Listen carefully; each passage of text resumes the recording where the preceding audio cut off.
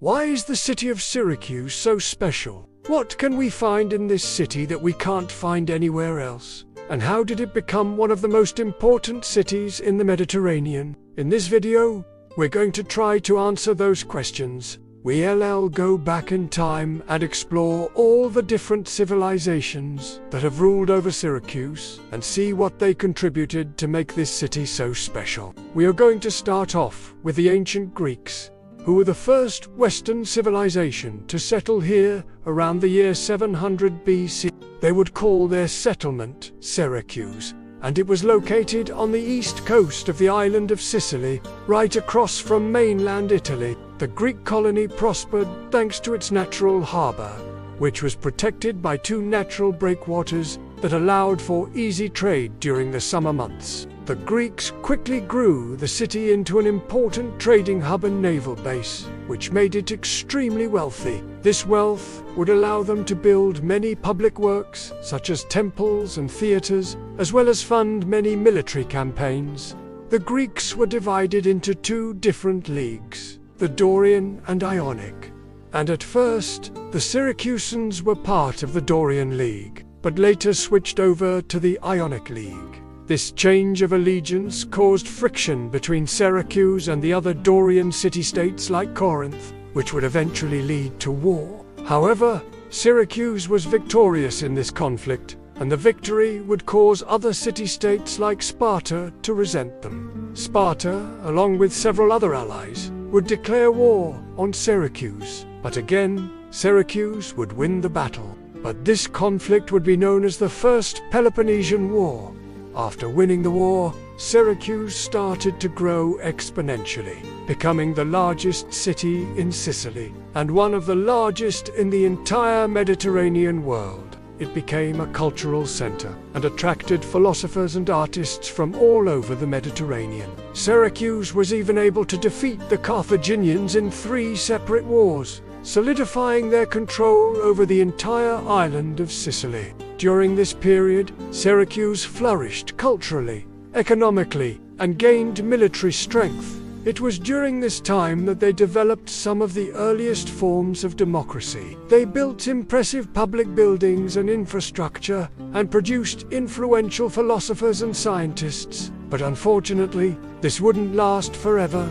In 212 BC, the city of Syracuse would fall to the armies of the Second Punic War, led by the Roman general Marcus Claudius Marcellus. This marked the end of the classical Greek period and the beginning of the Hellenistic period in Syracuse. Syracuse was now part of the Roman Republic, but it would continue to keep its Greek culture and language alive.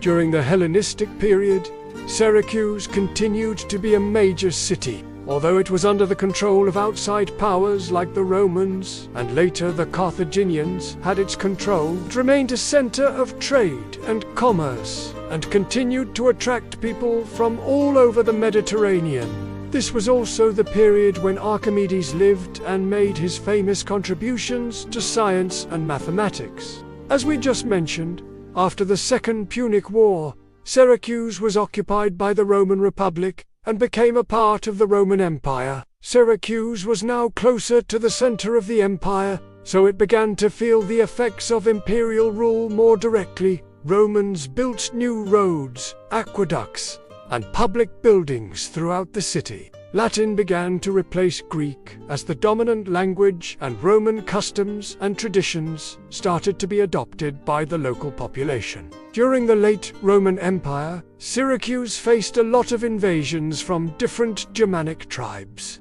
These attacks caused significant damage to the city and weakened its position as an important city. Also, during this period, Christianity began to spread throughout the Roman Empire and eventually replaced the traditional Roman religion in Syracuse.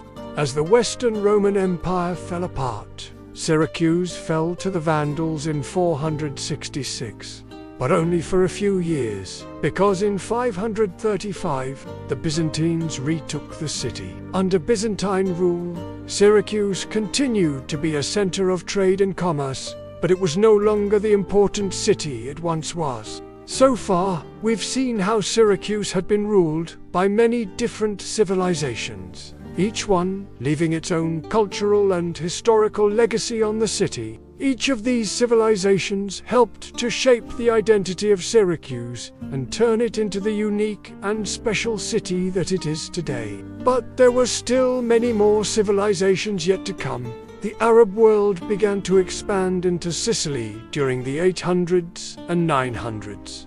By the year 902, the Emirate of Sicily was established and ruled the southern half of the island until 1091. During their rule, they introduced new agricultural techniques, public works, and cultural traditions that would influence the local population. For example, they built new irrigation systems to water crops, and public buildings like mosques and madrasas too. They also brought with them new foods and customs that would change the local culture.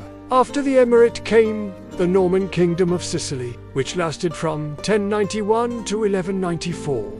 This kingdom was ruled by a succession of kings of both Norman and Hohenstaufen origin.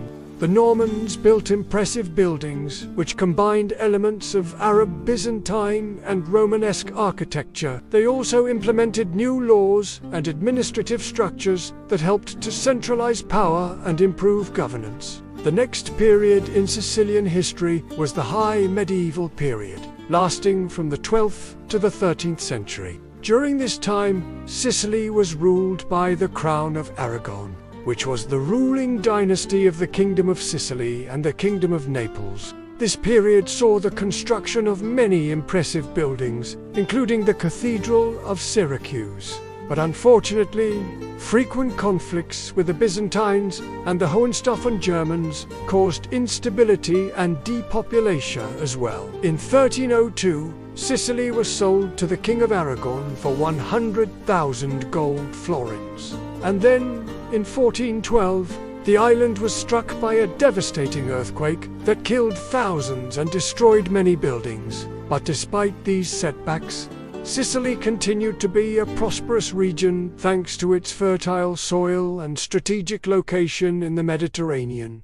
Agriculture, fishing, and trade continued to thrive, and the economy remained strong.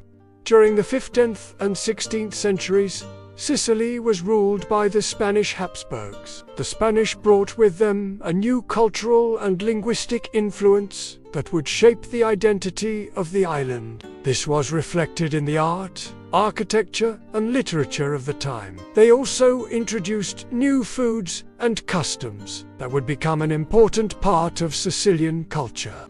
In the meantime, the Ottoman Empire posed a constant threat to Sicily. There were many attacks by North African pirates and corsairs who raided coastal towns and stole goods. To defend against these attacks, the Spanish built numerous watchtowers along the coast of Sicily.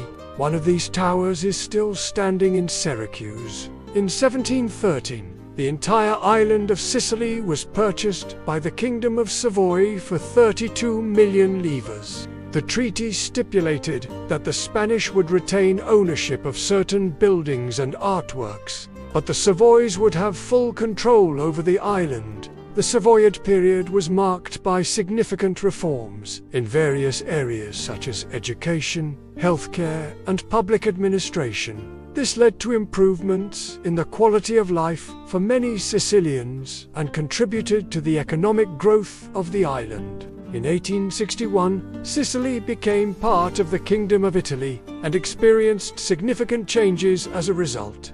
The unification of Italy led to the creation of a national economy, which had both positive and negative effects on Sicily. On one hand, it opened up new markets for Sicilian goods and services. But on the other hand, it also exposed Sicily to competition from other Italian regions. During the early 20th century, Sicily faced a number of challenges, including poverty, crime, and political instability. These issues were exacerbated by the global economic crisis of the 1930s.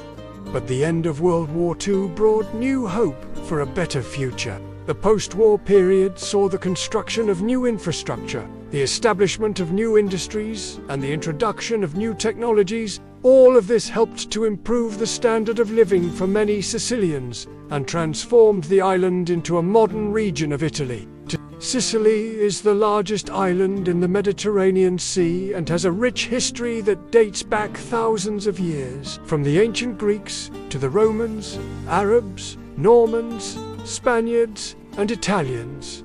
Each civilization left its own cultural and historical legacy on the island. Today, Sicily is a popular destination for tourists who come to explore its ancient ruins, beautiful beaches, and delicious cuisine. Thanks for watching, and see you in the next video.